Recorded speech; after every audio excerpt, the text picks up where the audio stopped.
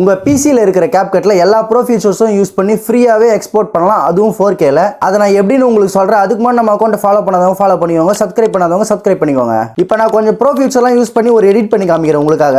இப்போ நான் கொஞ்சம் ப்ரோ ஃபீச்சர்ஸ்லாம் யூஸ் பண்ணி எடிட் பண்ணிட்டேன். இப்போ நம்ம டைரக்டா எக்ஸ்போர்ட் பண்ணோம்னா ஜாயின் ப்ரோன்னு காட்டும். நம்ம அப்படி பண்ணக்கூடாது. நீங்க வீடியோலாம் எடிட் பண்ணி முடிச்ச அப்புறம் மாடிஃபைல ரெசல்யூஷன் செட் பண்ணணும். நீங்க என்ன குவாலிட்டியில வீடியோவை எக்ஸ்போர்ட் பண்ண போறீங்களோ அந்த ரெசல்யூஷனை இங்க என்டர் பண்ணி சேவ் பண்ணிடுங்க. 4Kக்கு என்ன ரெசல்யூஷன் யூஸ் பண்ணலாம் அண்ட் 1080க்கு என்ன ரெசல்யூஷன் யூஸ் பண்ணலாம்ன்றதை நான் டிஸ்பிளேல காட்டுறேன். அதுக்கேற்ற மாதிரி நீங்க போட்டுக்கோங்க. இப்போ எல்லாத்தையும் செலக்ட் பண்ணி கிரியேட் காம்பவுண்ட் கிளிப்ன்றதை கொடுங்க. இப்போ இங்க வீடியோவை செலக்ட் பண்ணி மோஷன் பிளரை டிக் பண்ணி 0ல வைங்க. கொஞ்சம் ப்ராசஸிங் ஆகும். ப்ராசஸ் ஆனதுக்கு அப்புறம் இங்க செட்டிங்ஸை கிளிக் பண்ணீங்கன்னா இங்க ஒரு ஃபைல் லொகேஷன் இருக்கும். C ஃபோல்டர்ல போயிட்டு அந்த ஃபைல் லொகேஷனுக்கு போயிடுங்க. இப்போ நீங்க எடிட் பண்ண வீடியோ என்ன நேம்ல இருக்கோ அதே நேம்ல இங்க ஒரு ஃபோல்டர் இருக்கும். இப்போ நீங்க அந்த ஃபோல்டரை ஓபன் பண்ணி ரிசோர்சஸ்ல வீடியோ அல்காரிதம் இருக்கும். அதுல நீங்க எடிட் பண்ண வீடியோ அப்படியே இருக்கும். இதுல நீங்க என்னெல்லாம் ப்ரோ ஃபீச்சர்ஸ் யூஸ் பண்ணி எடிட் பண்ணீங்களோ அது மொத்தமே இந்த இடத்துல வந்து இருக்கும். நீங்க இந்த வீடியோவை அப்படியே காப்பி பண்ணி யூஸ் பண்ணிக்கலாம்.